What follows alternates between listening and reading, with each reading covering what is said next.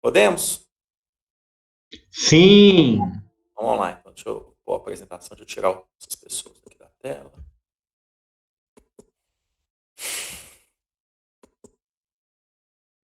Sai, pessoas.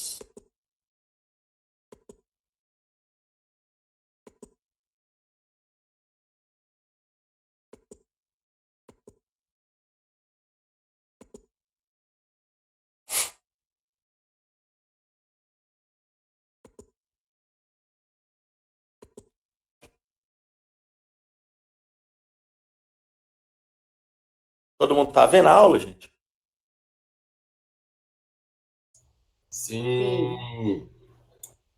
Então a gente está naquela fase da pneumonia que a gente acabou de diagnosticar e a gente vai saber para onde vai mandar essa pessoa, para casa, para o hospital, para onde do hospital que ela vai, qual que é a chance dela morrer. Todo paciente, depois que faz o diagnóstico, quer saber qual que é a chance de morrer.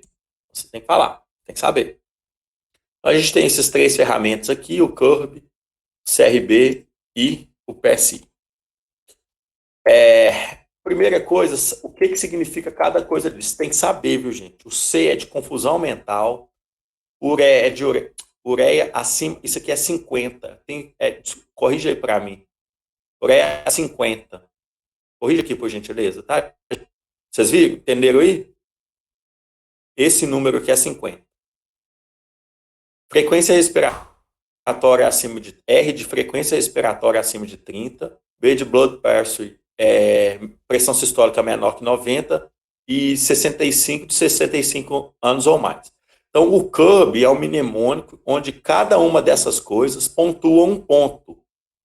Então, se o paciente tem confusão mental, pontua 1, ureia acima de 50, pontua 2, está com a frequência respiratória acima de 30, mais um ponto. Você está com a pressão sistólica menor que 90, possui um ponto.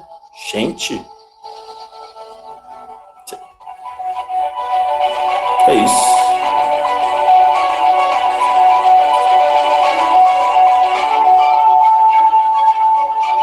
O que é isso, meu Deus? O seu microfone, você está recebendo uma ligação ou não tem nenhuma? Ah, meu celular tá do meu lado. Alguma coisa, alguma Ô, Lineu, é o seu? A rua está aberta. Deixa, vamos. Se voltar de novo, eu olho isso.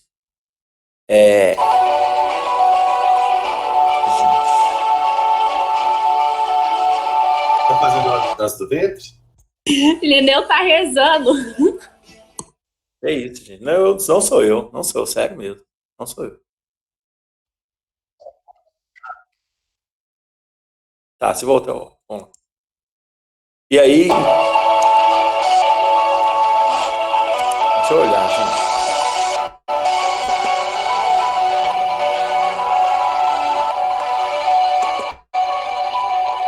Eu e a tecnologia. A Eu briga. tenho uma dificuldade. Ou não sou eu. Não, mas Eu é tenho que conferir. só o seu microfone que está aberto. É daí mesmo que tá vindo.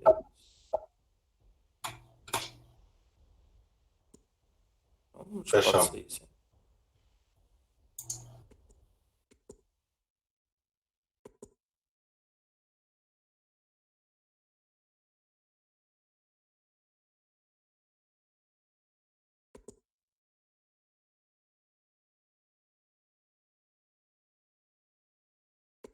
Acho que a única coisa que eu tinha aberto era o meu e-mail. Fechei. Não é na janela do Explorer aí que tá aberta também, não? Deixa eu ver.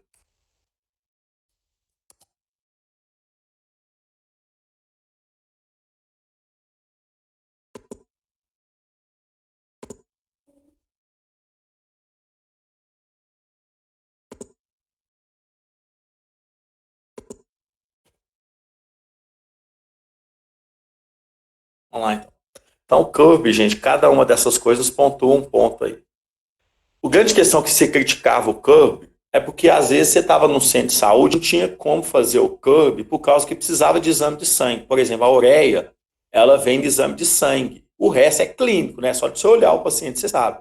Você tem confusão mental, você tem frequência respiratória acima de 30, você tem uma pressão sistólica menor que 90, você tem 65 anos ou mais. né? Então, isso é clínico. Então, eu precisava só da dependência da ureia de exame de sangue. Por isso que eles fizeram o CRB 65. O CRB 65 é a mesma coisa do CUB, só que tira a ureia. Então, foi visto que a acurácia do CUB 65 é a mesma do CRB 65. Por quê? Aí eu não preciso do exame, às vezes eu não fico dependente do exame de sangue para fazer. Eu consigo fazer, às vezes eu estou num lugar que eu não tenho exame de sangue, né? Não tem nem como pedir exame de sangue, eu consigo fazer o CRB mesmo sem a ureia. Deixa eu tirar isso aqui. Então, o CRB ele foi feito para atenção básica, gente. Então, no posto de saúde eu não tenho hemograma. Então, eu vou ter paciente com pneumonia no posto de saúde, mas eu não tenho hemograma. Então, no posto de saúde, a gente usa o CRB 65. No hospital, a gente acaba usando o CURB 95, porque aí eu tenho a ureia disponível. Entenderam isso ou não? Sim ou não? Sim. Vamos lá. E aí, a gente define, aí usando, perdão, gente. Aqui a gente define o CURB o seguinte: quanto maior o CURB do paciente, maior é a chance de mortalidade. Então, o paciente que tem um CURB de 0 ou 1, ele tem uma mortalidade no máximo de 1,5%, ou seja, muito baixa. Esse paciente aqui é candidato ao tratamento ambulatorial, ou seja, esse paciente aqui que tem um CURB 0 ou 1, dá para tratar ele em casa. Mas se o paciente tem um CURB de 2, a mortalidade dele gira em torno de 10%. Esse aqui vale a pena você começar o tratamento no hospital para saber como é que ele vai evoluir.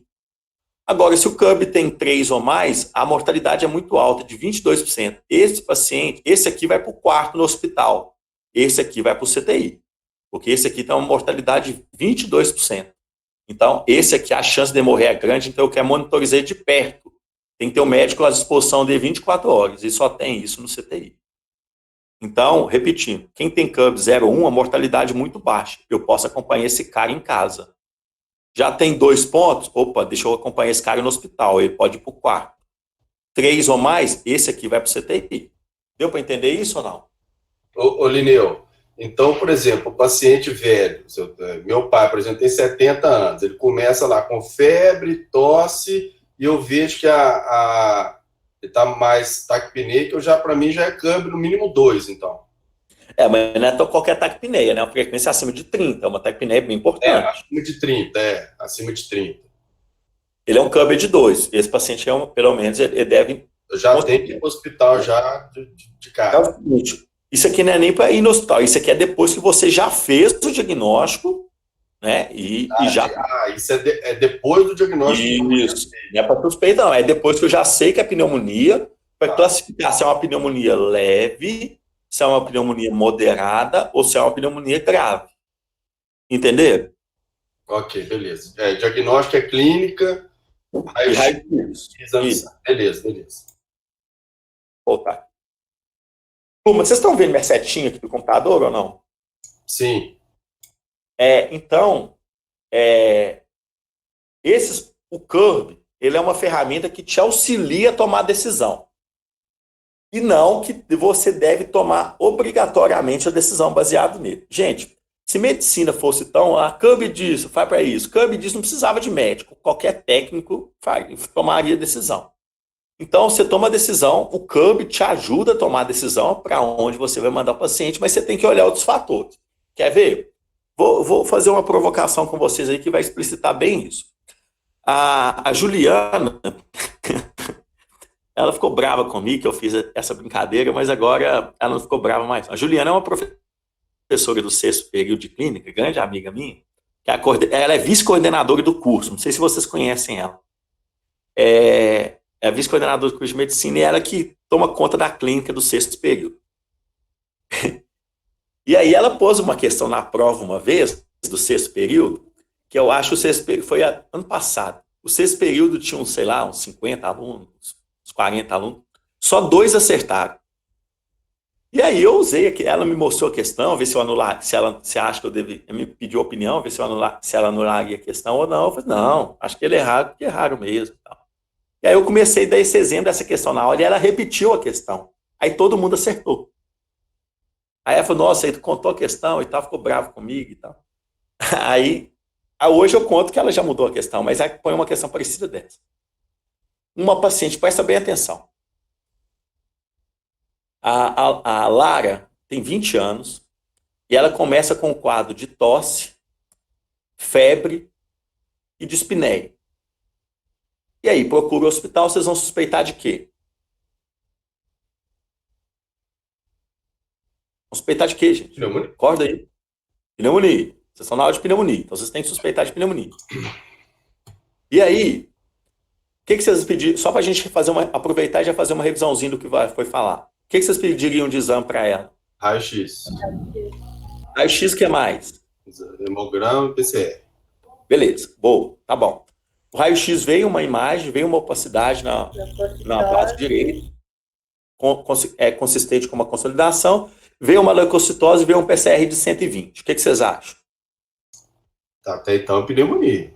Até então, não. É uma pneumonia. É uma pneumonia, tá. E aí, vocês vão definir aonde que vai tratar a Lara.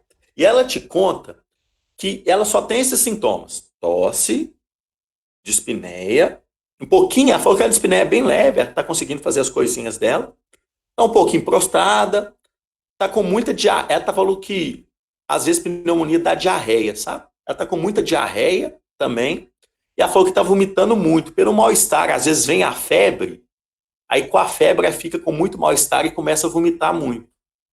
E aí, vocês me perguntam, quem vai definir, uma ferramenta que vão ajudar vocês a definir para onde que essa paciente vai é o CURB, não é?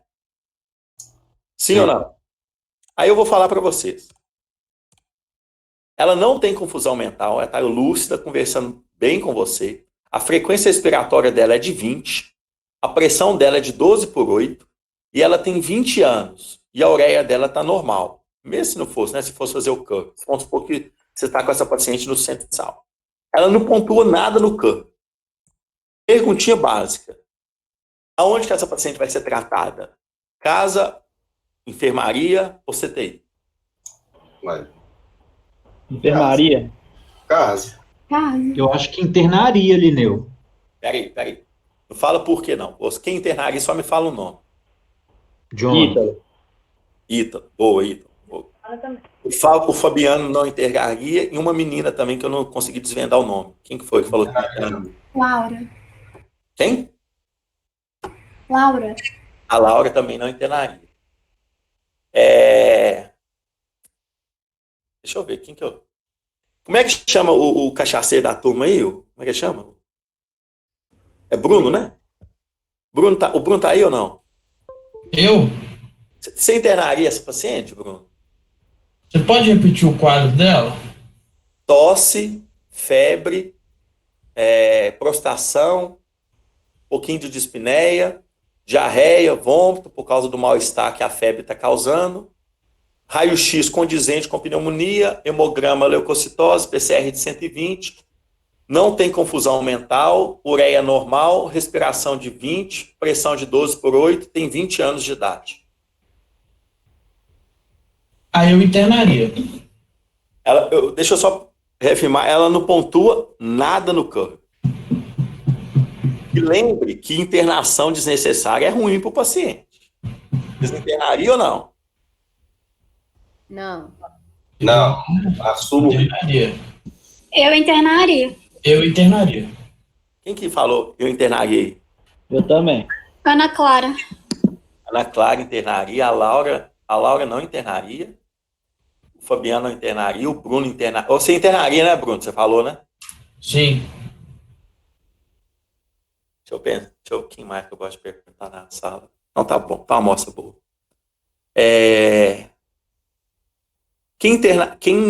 Não internaria por quê? Pô, eu não internaria. Eu acho que o quadro dela não é o que o CURB não indica. Eu acho que o quadro dela não é indicativo de internar, mas eu medicaria, mandava ir para casa e mandava voltar no posto de saúde. Beleza. Mas não internaria, não. Beleza, entendi seu raciocínio perfeito. Mortalidade baixa, não tem sinal de gravidade nenhuma, acompanharia no ambulatório, no posto de saúde, no caso. Perfeito, entendi seu raciocínio. Alguma pessoa que internaria me justifica por que internaria? Olha, Neu, eu internaria porque, sei lá, ela tá com diarreia, ela pode desidratar e desenvolver um quadro pior. A febre dela também, inclusive a febre pode dar uma confusão mental nela, e aí ela já pontuaria, por mais que bate. Mas tem alternativa para você hidratar em casa a questão da desidratação por conta da diarreia, que é o soro caseiro, né? Eu falo, ela não estava desidratada. Ela estava com diarreia e vômito, mas não estava desidratada. Pois é, mas pode levar a uma possível desidratação que você pode tratar em casa, já que ela está perdendo muito volume de líquido. Beleza. Lineu, Oi? risco de aspiração? Quase isso. Quem ia falar, Lineu, aí, para falar? É porque ela não vai conseguir usar medicamento por via oral? Quem falou isso? Giovana. Muito bem, Giovana. Você acertaria a questão. Gabarito. Interna paciente. Como é que vocês vão dar medicação para paciente oral que ela vomitando, gente? Como é que vocês vão tratar uma paciente via oral vomitando? Tem jeito, interne, porque você tem que começar o tratamento venoso até ela melhorar. Melhorou, você manda ela para casa com tratamento oral. Começa 24, 48 horas de antibiótico venoso para começar a fazer efeito, ela melhorou, vai para casa com oral. Não tem como eu tratar uma paciente via oral com a paciente vomitando. Como é que eu vou tratar um antibiótico que eu não posso ter dúvida que está sendo 100% absorvido, que ele pode ter prejuízo no tratamento se não for 100% absorvido, uma doença potencialmente grave, eu concordo com a Fabiana e demais, que no momento ela não é grave, a mortalidade é baixa, mas se eu não tratar direito, ela pode vir para cá e pode vir para cá. E como é que eu vou dar um remédio oral com o paciente vomitando? Então todo mundo olhou para o CUB e falou, não interna.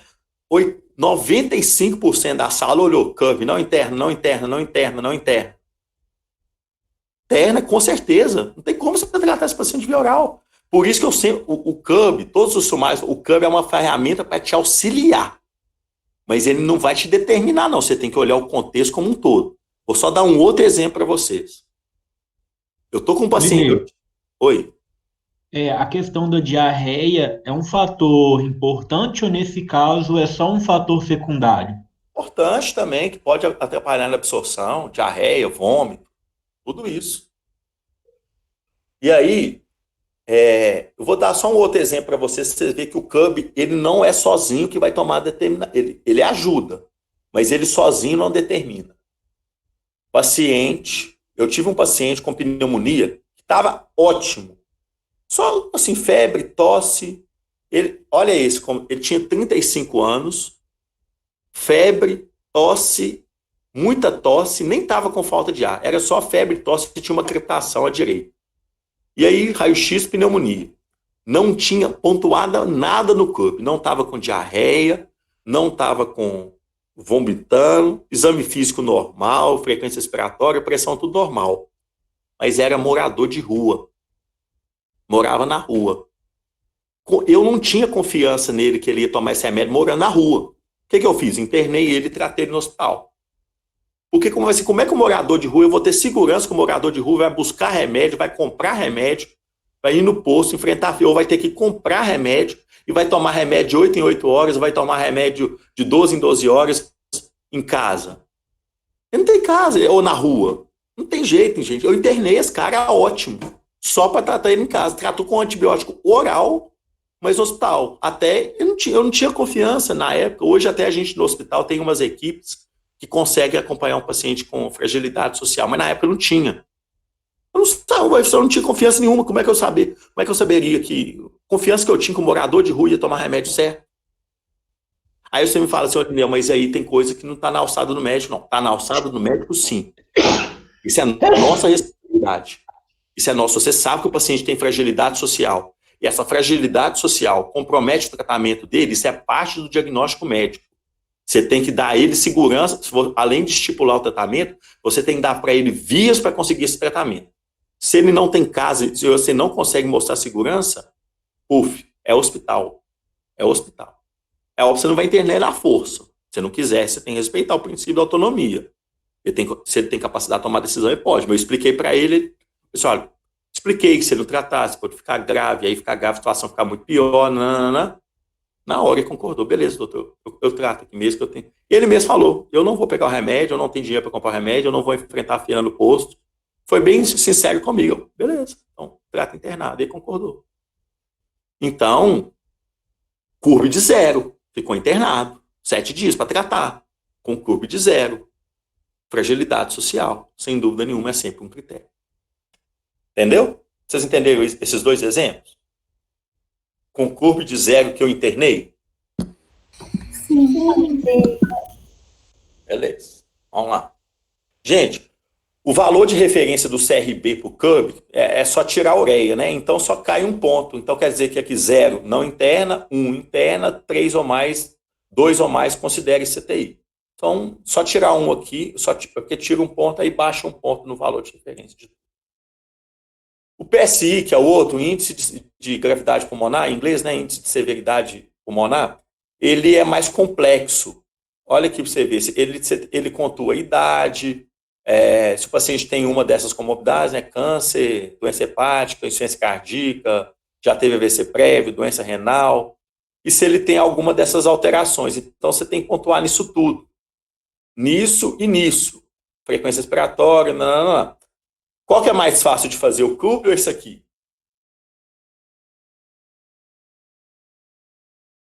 Qual que é mais fácil? O CURB. O CUB é bem mais fácil.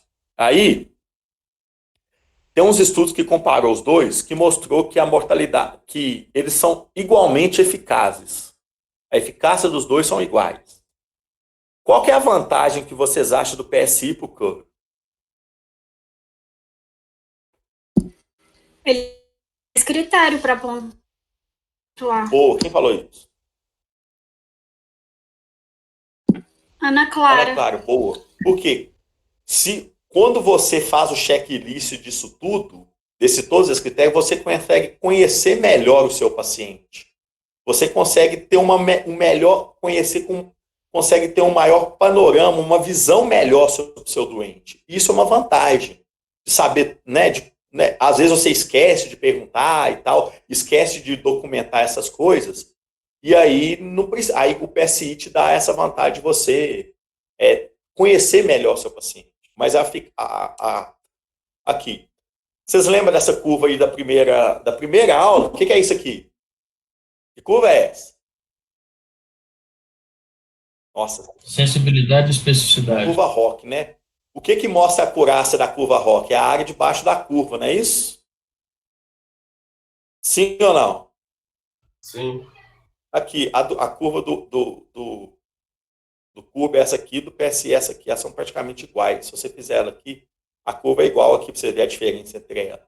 Isso aqui, do ponto de vista estatístico, é praticamente, essa diferença estatística aqui, ela é considerada nula. Então, ou seja, eles não têm diferença. Então, aqui a acurácia do PSI é de 81%, a do curva é de 80%, do CRB é 79%. Isso, do ponto de vista estatístico, é igual. Essa diferença a gente chama de diferença não significativamente relevante. Tá? Então, a gente pode afirmar que eles são iguais. Aqui uns estudos que avaliou isso. Aí que eu falei com você, ó, o PSI, a vantagem dele é que constrói uma melhor lista de problemas. Por que constrói? Porque consegue ver as outras coisas, as outras doenças que o paciente tem, que o CURB não pergunta, esse aqui pergunta. Então você consegue ter uma visão mais geral do seu paciente. E aí, alguém me perguntou, então, agora eu já sei diagnosticar, já sei para onde eu vou tratar, e aí como é que eu descubro qual bactéria? Eu acho que foi, não sei se foi a Giovana, no início comentou, alguém, acho que foi alguém, não lembro. E aí, tem algumas formas de você descobrir a bactéria que você causa. Através de hemocultura, o que é isso? Você tira sangue da pessoa e manda ela para o meio de cultura para ver qual bactéria que vai crescer. A cultura do escarro, ou seja, cultura do catarro, nada mais do que isso, e alguns antígenos e anticorpos específicos. Gravem isso. A gente só faz investigação microbiológica para pacientes graves. Eu não colho aqui para paciente leve, com pneumonia leve. Por quê? Porque nos casos de pneumonia leve, eu já sei que mais de 80% é causado por um determinado germe. Então, eu já posso tratar ele direto. Eu não preciso de coletar cultura. Eu só coleto culturas em grave, que eu quero saber exatamente quem é, e pessoas que não respondem ao tratamento convencional, tratamento padrão. Então, eu não faço investigação microbiológica para todo mundo. Eu só faço para os graves que nos respondem. Por quê? O leve, a maioria dele, eu vou até te falar, 90% dos casos leves responde ao tratamento sem saber, sem você fazer esses exames, porque você já sabe a prevalência do germe que causa leve. Eu já vou até falar, é o pneumococo, é o streptococcus, o pneumococo. É o germe que, disparado, é o que mais causa. Então, como eu já sei que é ele, que está em mais de 90% dos casos leves, já dou um antibiótico específico para ele. Os estudos mostrar que só de você fazer isso, você já tem uma curaça de mais de 90%. Agora, quando é grave e quando não responde, aí tem que coletar esses exames. Entenderam?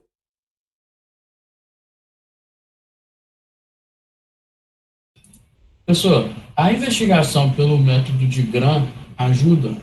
O Gram está aqui, né? Cultura e Gram que se faz. Tá bom? Uma coisa importante, gente, isso aqui não atrasa o antibiótico. Eu já dou o antibiótico para o paciente baseando-se no que é mais prevalente de germe e aí espero o resultado da cultura. Isso aqui demora de 2 até 5 dias para sair o resultado às vezes. Então eu já trato. Não espero não, ainda mais que é grave. Isso aqui não precisa tanto você saber não, o que geralmente é um preditor de hemocultura positiva. Quanto mais o paciente tem isso, maior a chance de vir hemocultura positiva. A gente pede mais só para paciente grave admitido no CTI, tá? Cultura do Scarra, a mesma coisa, não precisa de focar tanto nisso. Eu só quero que você saiba que aquilo lá é para paciente grave, tá? Beleza, já sei diagnóstico, já sei onde vou tratar, a identificação do agente é só para os casos graves. E aí uma noção bem rápida, vocês nunca tiveram nada de antibiótico, eu acho, já tiveram ou não? Sim ou não? Não. Então tá, então assim, eu vou dar bem noção, porque então não faz sentido eu dar qual que é o antibiótico que trata se vocês não tiveram antibiótico, sabe?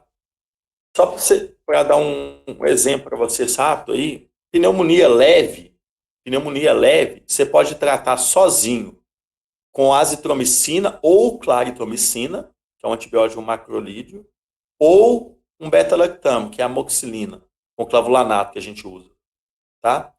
Pneumonias graves, eu sempre associo 2 antibióticos. Eu associo azitromicina com ceftriaxona ou azitromicina com clavulin. Eu acho que, se vocês não tiveram muito antibiótico, eu acho que não faz sentido muito explicar isso para vocês, não. Por quê? É só dar uma noção aqui. O principal germe que causa pneumonia é o pneumococo e germes atípicos, que a gente chama. Legionella, micoplasma, pneumônia, são eles. Eles são sensíveis aos beta-lactâmicos e aos macrolídeos. Vocês não tiveram nada de antibiótico? O professor Marcelo, Não. na parte de tratamento, quando deu aula de pneumonia, falou dos antibióticos?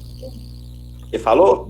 Falou. Não, falou muito leve, falou muito de mecanismo de ação. A gente não entrou nisso na farmacologia ainda não. Tá, então eu vou falar bem superficial também, Fabiano. Então, como a gente escolhe antibiótico baseado na bactéria, né? Que tem bactéria que pega determinado antibiótico, tem antibiótico que pega determinada bactéria e tem antibiótico que não pega. Então, por exemplo, macrolídeo é uma classe de antibiótico e tem esses 2 representantes aqui, azitromicina e claritromicina. Ela pega gram-positivos e atípicos. Então, pneumonia leve, se ela pega pneumococo e pega atípico, ela já pega os 2. Então, pneumonia leve, eu posso tratar só com uma das 2. Elas fazem a mesma coisa. Então, eu posso tratar com uma das 2. Ou beta-lactam. O UpToDate sugere pneumonia leve você tratar com um desses 2, porque o beta-lactam não pega atípico. O beta-lactam é a amoxicilina. Ceftriaxona também é. Então, ele não pega atípico. Então, ele fala assim, leve, você trata com isso. Grave, você sempre trata com 2 drogas. que é o beta-lactam, que você pode escolher um desses dois, mais o macrolídeo. Então, pneumonia grave, você sempre trata com ceftriaxona e azitromicina, por exemplo, ou amoxicilina com clavulanato e azitromicina. A gente não, basicamente, vou tirar esse slide aqui, vou tirar isso aqui do slide, a gente não usa amoxicilina para tratar pneumonia. A gente usa amoxicilina com clavulanato. Vocês sabem por que o clavulanato ele potencializa o efeito da amoxicilina? Vocês sabem ou não? Não. Não. É porque é o seguinte, tem umas bactérias que são produtoras de beta-lactamase, que é uma enzima que degrada o anel beta-lactâmico da amoxicilina e neutraliza ela. O clavulanato, ele inibe a enzima dessas bactérias e não deixa ela degradar o ácido a cadeia beta-lactâmica. Com isso, potencializa o efeito da amoxicilina. Vou repetir. Algumas bactérias produzem enzimas que degradam o anel beta-lactâmico da amoxicilina e inativa ela. O ácido clavulânico, que é o clavulanato, que é adicionado, ele inibe essa enzima e não deixa ela degradar o anel beta-lactâmico. Tá? Então, para algumas infecções mais graves, que corre o risco da bactéria produzir essa enzima, a gente já dá amoxicilina com clavulanato.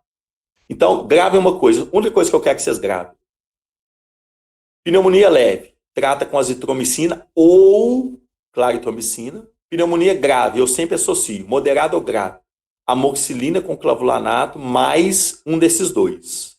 Ou ceftriaxona mais um desses dois. E essa quinolona aqui? Quando o paciente é alérgico à penicilina, né, que é a amoxicilina, né, aí ele não pode tomar e eu trato só com levofloxacina ou moxifloxacina, que é uma quinolona. Quando eu uso um desses dois aqui, eu não preciso associar, porque ele já faz o efeito da azitromicina e do amoxicilina com clavulanato. Então, por que eu não uso ele sozinho? Porque os estudos mostrou que a associação dos dois é melhor do que esse aqui isolado. Então, eu só deixo para quem é mais alérgico mesmo à penicilina. Se vocês não entenderem, não tem problema não. Vocês vão, tratamento de pneumonia, vocês vão ver muito, vocês vão tratar muito, vocês vão sair formando, formar sabendo com certeza. Tá? Aqui é mais sobre antibiótico mesmo. Você sabe. Só que eu quero que você saiba que a terapia combinada com antibióticos, a gente sempre dá em caso grave, porque diminui mortalidade você tratar com 2 antibióticos, tá? E aí tem esses critérios aqui, quando o paciente ele tem fator de risco de ter germe resistente. Então, por exemplo, se é um paciente que ficou no hospital nos últimos 90 dias, ele ficou mais de 2 dias internado, ele mora em instituição, ele faz hemodiálise, então ele tem critério para ter germe resistente, aí nesses casos eu vou usar antibióticos mais potentes, tá bom? Não precisa de tanto saber isso não. O corticoide, gente, que é a prednisona, também é uma coisa bem específica.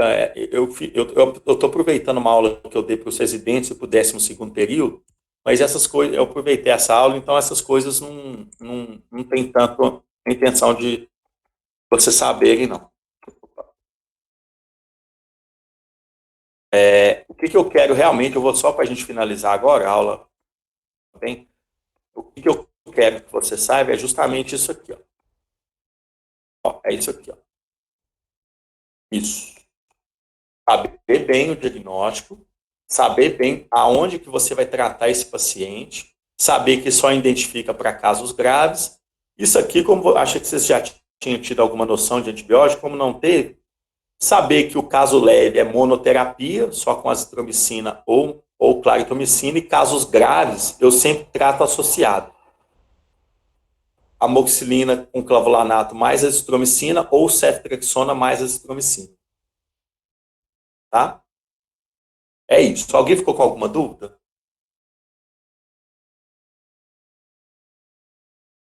Sim ou não? Para mim tá tranquilo. Para mim tá tranquilo também. Ô, Lineu, eu falo a verdade, essa parte de tratamento com antibiótico eu fiquei um pouco com dúvida, mas eu acho que na hora que a gente entrar na farmacologia de você vai ficar mais claro para mim. Também acho. Eu não estudei ainda não, então não vou nem pedir para você repetir isso agora, não, porque vai continuar. Porque eu só vou decorar isso aí que você falava. Eu vou continuar. Não, beleza, eu acho melhor assim mesmo, concordo com você. Pessoal, você pediu para eu repetir a pergunta que eu tinha feito? Oi, desculpa, interrompi, pode falar? Você pediu para eu repetir a pergunta que eu tinha feito antes, na parte de tratamento? Isso, o paciente chegou com sintomas, você não tinha o raio-x no momento, você inicia o tratamento, aí depois de 3 dias de antibiótico, ele faz o raio-x e o raio-x chega normal. Você termina o esquema do antibiótico ou você suspende a medicação? Boa pergunta. Ah, quem perguntou mesmo foi? Bruno. Ô, Bruno, boa pergunta. Melhorou, Bruno? Ele melhorou. Tá. Vamos supor, vai baseado muito na sua suspeita, né? Por exemplo, se a sua suspeita inicialmente foi alta, por exemplo, tosse, febre, dispneia, ou seja, é um cara que estava com todos os indícios de ter uma pneumonia e você tratou, ele melhorou, é que possivelmente era uma pneumonia mesmo. Então, mesmo o raio-x da normal, você não vai suspender, não. Possivelmente esse seria um caso, talvez, que o diagnóstico seria só pela tomografia. Então, continua tratando esse cara. Não para. Quando é que você vai parar de tratar ele? Às vezes, sua suspeita é muito baixa, você deu... Vamos supor, vou te dar um exemplo que fica mais fácil. Você admite um paciente que está só com tosse, nariz escorrendo, está com dor no corpo, mas o exame físico é absolutamente normal, a ausculta respiratória dele é absolutamente normal, ele não tem nenhum indício de gravidade. Só tem tosse, um pouco de mialgia e o nariz escorrendo. Você acha o hemograma dele não tem leucocitose, o PCR dele está um PCR de 70. Você acha que a chance desse cara ter pneumonia é pequena ou grande? Pequena. Pequena. Muito pequena. Esse talvez eu nem começaria o tratamento. Vamos supor, se o raio-x está normal e você ainda suspeita de pneumonia, você pode pedir para voltar sem iniciar tratamento e fazer o raio-x. Mas vamos supor, se você iniciou o tratamento por algum medo, que eu acho que não deveria, ele vem depois e faz o raio-x está normal. Pô, eu já não achava que e agora esse raio-x normal, tira esse antibiótico. Agora, o paciente lá da Yasmin, tosse, febre, prostração, crepitação na direita, PCR de 120. Esse cara está com cara de pneumonia ou não está? Tá. Você deu antibiótico para ele e começou a melhorar. Pô, não vai ser um raio-x normal que vai te tirar esse antibiótico não, cara.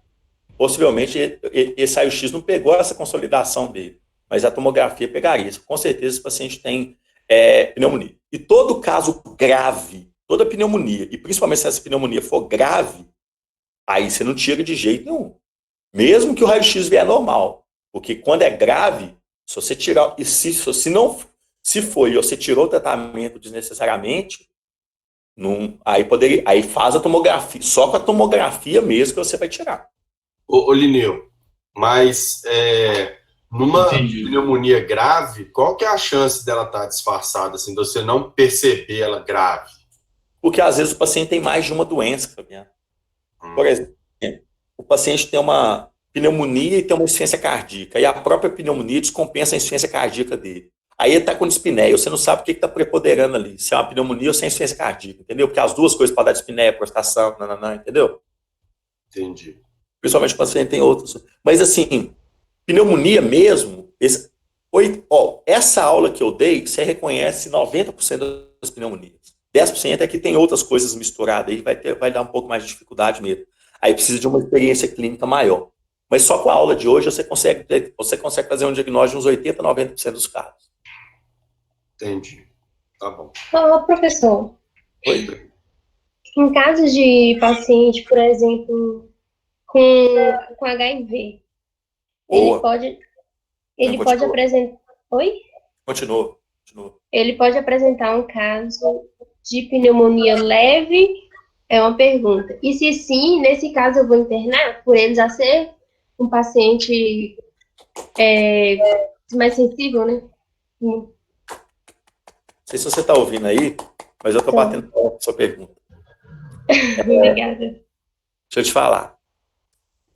Se você for olhar o CURB dele, às vezes, vamos supor, o paciente tem HIV positivo. Às vezes, ele não consegue fazer uma... Primeiro, às vezes o diagnóstico dele é até mais difícil, porque ele não tem sistema imune, às vezes, para fazer uma clínica tão exuberante. Mas beleza, você fez o diagnóstico, já está feito o diagnóstico de pneumonia. Você fez o CURB, sempre faça o CURB, ele sempre vai te ajudar. Mas vamos supor que ele não pontua nada. Não pontua nada. Se você consegue acompanhar esse paciente de perto, você pode até tratar ele em casa. Você fala assim, olha, você está muito bem, eu estou vendo aqui, já todas as ferramentas que prediz mortalidade, sua mortalidade é baixa, mas eu quero te ver todo dia, ou pelo menos de 2 em 2 dias. Você vai tratar em casa, vai vir cá me falar como é que você está passando. No máximo de 2 em 2 dias eu quero te ver. Você pode fazer isso com ele. Sabe por quê? Porque qualquer sinal de alarme que ele tiver, alteração no quadro, ele vai te reportar, você vai lá e interna ele. Agora, se ele já tiver um CURB grave, é óbvio, está mais que definido que você vai internar ele.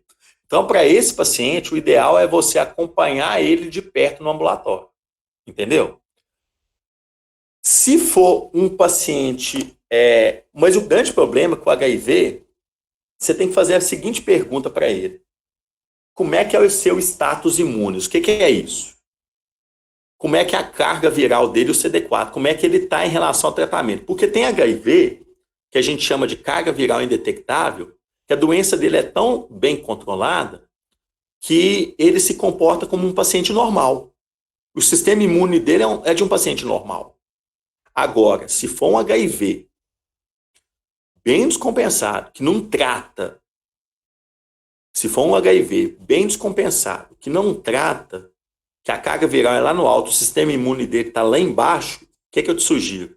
Interna esse paciente. Interna esse paciente para ficar mais de olho nele.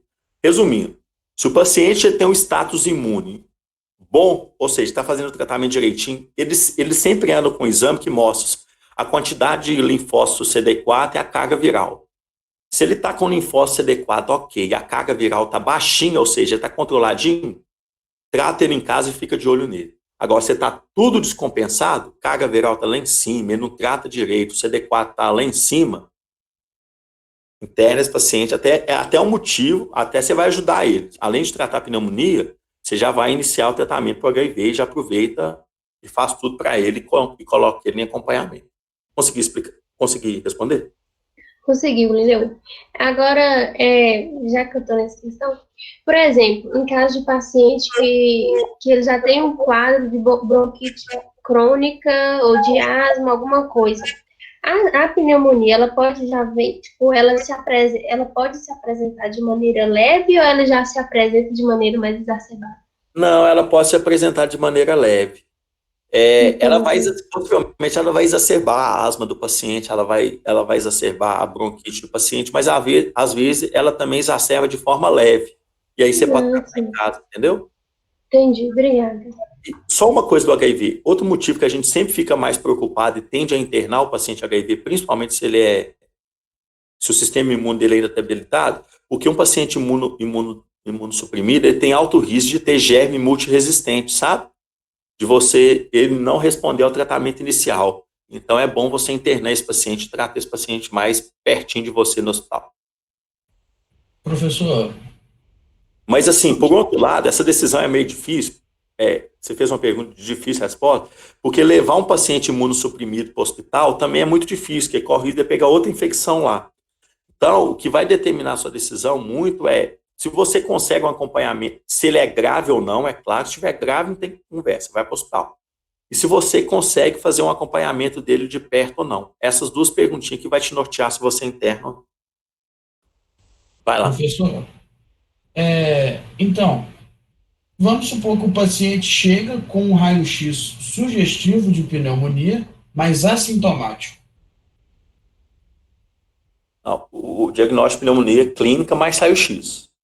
Se ele tem uma imagem sugestiva de pneumonia e está assintomática, essa imagem deve ser outra coisa. Faz a tomografia, que isso pode ser um câncer. Sim, entendi.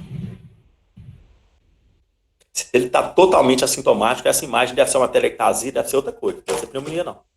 Porque eu estava pensando, tipo assim, igual, a gente não tem a bacteriúria assintomática, que Entendi seu raciocínio, mas aqui não. Não tem uma pneumonia sintomática aqui, não. Entendi, obrigado. Nada que isso. Mas só fazendo um outro comentário do HIV, que ele é muito complexo, assim, o HIV, a gente faz de tudo para não internar o HIV, porque ele é imunossuprimido, se ele entrar no hospital, pegar uma bactéria do hospital, ele caça uma nhaca para ele que nem imagina. Mas para você tratar ele de forma segura, você também tem que estar bem de perto dele, porque se ele descompensar, você interna ele imediatamente. Então, o que vai determinar se você vai internar um HIV ou não, além do status imune dele, a chance, se o caso for leve, o status imune dele está muito baixo, e ele puder ir em você todo dia, talvez é até melhor. Interna quando for grave ou quando você não consegue manter o olhar bem de perto sobre esse paciente. Eu tive um paciente na FASEC que tratou uma pneumonia comigo no ambulatório. E ele estava com um status imune não tão bom, mas ele não tinha nenhum critério de gravidade, curva de 0. E ele tinha uma família bem presente, ele foi inclusive com a mãe dele na consulta. Eu pedi ele para ir no ambulatório todo dia. Só que eu não vou no ambulatório todo dia, mas eu sempre estou intercalado com a Juliana. Aí o dia que eu não estou, a Juliana tá. Eu falei assim, Juliana, vai vir um paciente aqui, você dá olho. Aí eu contei para ela o caso, você fica de olho nisso. Aí a gente ficava de olho todo dia. Aí consegui tratar no ambulatório. Dúvidas a mais, tu?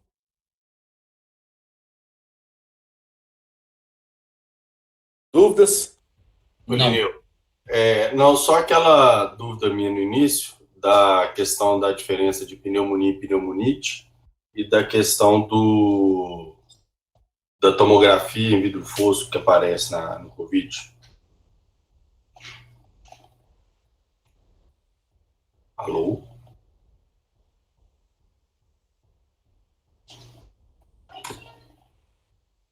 Alô? Oh. Eu te ouvi. Fabs, essa da pneumonia e pneumonite ele respondeu. Respondeu? Eu não ouvi. Ele falou que pneumonite é só quando tem inflamação, mas não tem infecção. Tá. E pneumonia tem infecção. É porque eu tenho visto que eles estão quando eu leio sobre o Covid, eles falam pneumonite do Covid. Então, aí ontem a Márcia falou que pneumonite geralmente era para quando se tratava de alguma coisa viral. Pois é. Eu também não entendi isso, né?